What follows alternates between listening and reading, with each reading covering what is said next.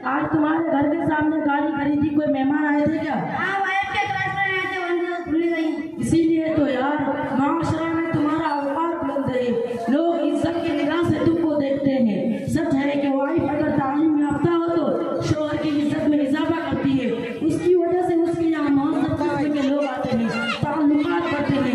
एक हमारी बीवी है, जाहिल और नादा कहेगी, मर्दों से उसको इतना प्यार है कि अपनी परछाई भी उन्हें नहीं दिखाना चाहती है। कोई मेहमान आता है तो उनके सामने नहीं आती, बड़ी जुब्बन उठानी पड़ती है। मेरे माँ बाप को ना मालूम मुझसे क्या जिद थी कि मेरे गले में उसे डालकर मेरी जिंदगी आसान बना दी है। जब इन सब बातों को सोचता हूँ तो इतनी कोफ्त होती है कि जान दे दूँ, टेंशन में दिमाग पागल होने लगता है।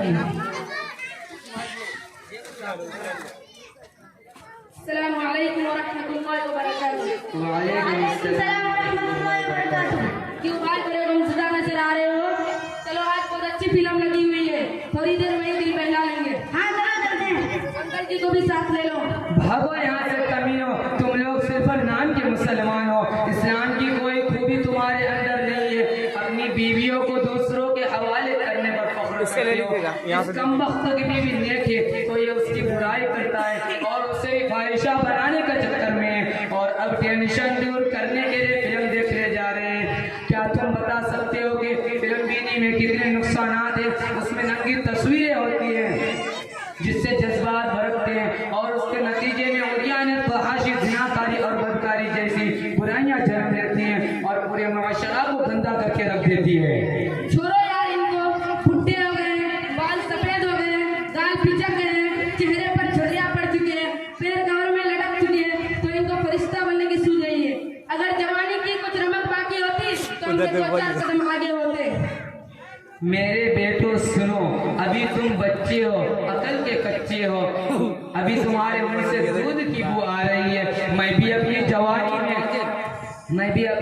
में शराबो कबाब का दिलदादा और फिल्म बीनी का रशिया था, और मेहजबीनों के साथ सैर व तफरीह और अय्याशी दिन रात का मशगला था। मुंबई का कोई क्लब, कोई तफरीह का मेरे नापाक वजूद से खाली नहीं रही है। ये होठ जो हमारे पोपले हो गए हैं, ये होठ जो मेरे पोपले हो गए हैं, हजारों बोसों के रंग है मारे। अगर आप मौलाना साहब से हमारी भी मुलाकात करा देते तो हम आपका एहसान मानते, हो सकता है हमारी भी जिंदगी बदल जाए। जरूर जरूर, मोबाइल नंबर मेरे पास है, अगर आपके पास मोबाइल है तो उनको अभी यहीं बुला लेते हैं, वो फौरन आ जाएंगे, बल्कि खुश होंगे। उनको तो हर वक्त दूसरों की इस्लाह लगी रहती है। अबे लग रहा है तू भी इनकी बातों में आ गया है, जल्दी चल यहाँ से वरना फिल्म का वक्त निकल जाएगा। अरे आप थोड़ी देर मौलाना साहब के पास चले, में क्या हर्ज है? रही बात फिल्म की तो अगला शो देख लेंगे।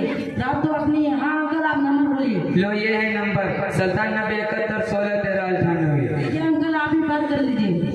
हाँ मौलाना साहब, अस्सलाम वालेकुम। मैं शेख खलील बोल रहा हूँ। इंडिया गेट पर कुछ लोग के सिगरेट पी रहे हैं और आपसे भेंट की डेट मांग रहे हैं। अगर आप अपना प्रोजेक्ट छोड़कर उनका प्रोग्राम सेट कर दे और इनसे बगैर डेट के भेंट कर ले तो शायद इनकी जिंदगी भी आखिरत में रेट बढ़ जाए। बहुत बेहतर, ऐसे लोगों से मैं मिलने के लिए फौरन आ रहा हूँ, इसलिए कि इससे हमको कोई काम मेरे नजदीक नहीं है, आप उनको अपने साथ रखिए। जरूर। अस्सलाम वालेकुम व रहमतुल्लाहि व बरकातुहू। वालेकुम सलाम व रहमतुल्लाहि व बरकातुहू। कहे शेख खलील साहब, क्या बात है?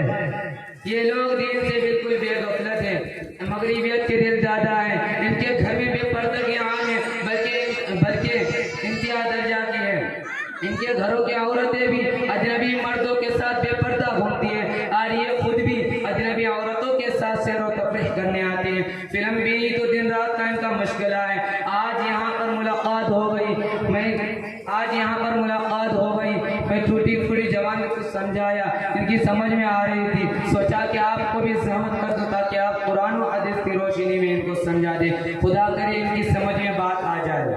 मेरे अजीजों, कितने अफसोस की बात है कि आज हमारी इतनी सोच बदल गई है कि हम अपनी फलाह व बहबूद मज़हब इस्लाम में तलाश करने के बजाय मगरिब की दुनिया में तलाश करते हैं। कितना मुबारक था वो ज़माना, दुनिया के अक्सर हिस्सों पर मुसलमानों की हुक्मरानी थी, हर तरफ अमन व अमान, अदल व इंसाफ था। लेकिन जब से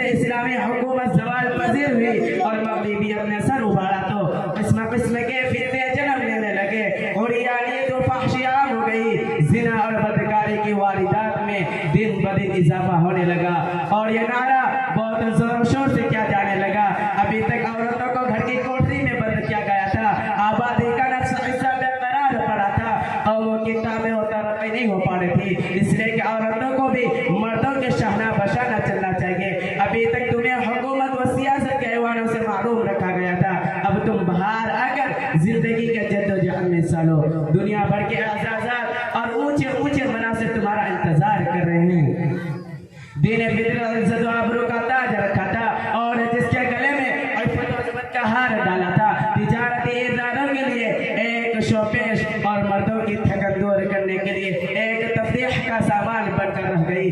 प्रोपेगेंडा की कुव्वतों ने एक अजीब व गरीब फलसफा ज़हनों पर मुसल्लत कर दिया कि औरत अपने घर में रहकर अपने घर वालों के लिए खानादारी का इंतजाम करे तो यह कैद और जिल्लत है।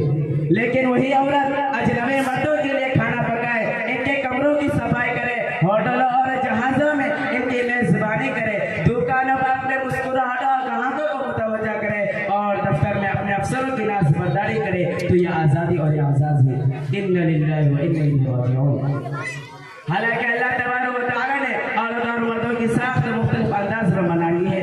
मर्द की सलाहियत अलग और औरतों की अलग, और रसूलुल्लाह सल्लल्लाहु अलैहि वसल्लम तालीमात से ये वाज़ह कर दिया कि मर्द की जिम्मेदारी घर के बाहर के उमूर को देखना और औरतों की जिम्मेदारी घर के अंदर के उमूर को देख रेख है। शरीयत ने औरतों को पर्दे की दौलत उज़्मा अता की थी ताकि नजर बद से हिफाज़त रहे, शयातीन और इंस व जिन का मजबूत तीर न लगने पाए। इसलिए कि हदीस शरीफ में आता है कि औरत जब बेपर्दा होकर निकलती है तो शैतान उसे झाड़ता है और लोगों के दिलों को उनकी तरफ माइल कर देता है। और इरशाद नबवी है लअनल्लाहुन नासिर वल मंसूर इलैहि, यानी अल्लाह ताला की लानत है बेपर्दा